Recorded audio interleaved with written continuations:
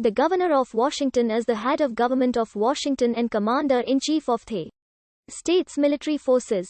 The officeholder has a duty to enforce state laws, the power to either approve or veto bills passed by the Washington legislature and line item veto, power to cancel specific provisions in spending bills. The Washington governor may also convene the legislature on extraordinary occasions. Washington Territory had 14 territorial governors from its organization in 1853 until the formation of the state of Washington in 1889. Territorial governors were appointed by the President of the United States. Elisha P. Ferry had the longest term of 8 years and went on to become the state's first governor. William H. Wallace was appointed governor but never took office due to being elected as the territory's congressional delegate. George Edward Cole was appointed governor and took office, but his appointment was never ratified by the U.S. Senate and he was replaced as governor after 4 months. 22 individuals have held the office of Governor of Washington since the state's admission to the Union, with Arthur B. Langley serving non-consecutive terms. Populist Party candidate John Rankin Rogers is the only non-Democratic or Republican nominee to win office. The most recent governor to be from Eastern Washington was Clarence Martin, elected in 1932. The current governor is Democrat Jay Inslee, who took office on January 16, 2013, and was re-elected in 2016 and 2020. His term will expire on January 15, 2025. Washington has had the longest current streak of Democratic governors in the nation, with the last Republican to hold the office being John Spellman in 1985.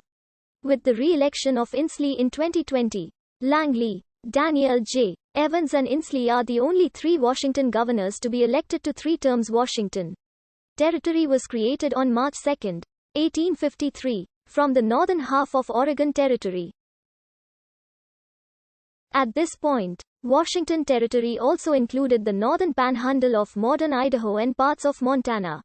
The southern half of Idaho was assigned to the Washington Territory in 1859 after Oregon was admitted as a state. Idaho Territory was split from Washington Territory in 1863, giving Washington Territory its final borders.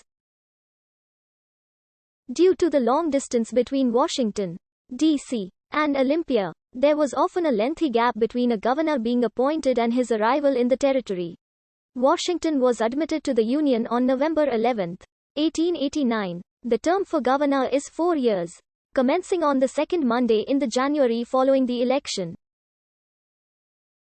If the office of governor is vacant or the governor is unable to discharge their duties, the lieutenant governor assumes the duties of governor, though still officially retains the office of lieutenant governor. If both the offices of governor and lieutenant governor are unable to fulfill their duties, the Secretary of State is next in line, and then the Treasurer. There is no limit to the number of terms a governor may serve. The office of lieutenant governor is not elected on the same ticket as the governor. Democratic Populist Republican 6 of Washington's territorial governors and 4 of its state governors have served higher federal or Confederate offices, or as governors of other states. 3 represented Washington Territory as delegates to the U.S. House, and 1 additionally represented Idaho Territory in the same fashion, as well as serving as governor of Idaho Territory. 2 territorial governors represented eastern states, 1 as a representative from, and governor of, New Jersey, and 1 represented Virginia, both in the United States and Confederate houses. 3 governors represented the state in the U.S. Senate, and 2 represented the state in the House. 1 governor has served in the United States Cabinet. 2 of the territorial governors resigned their office to serve as territorial delegates.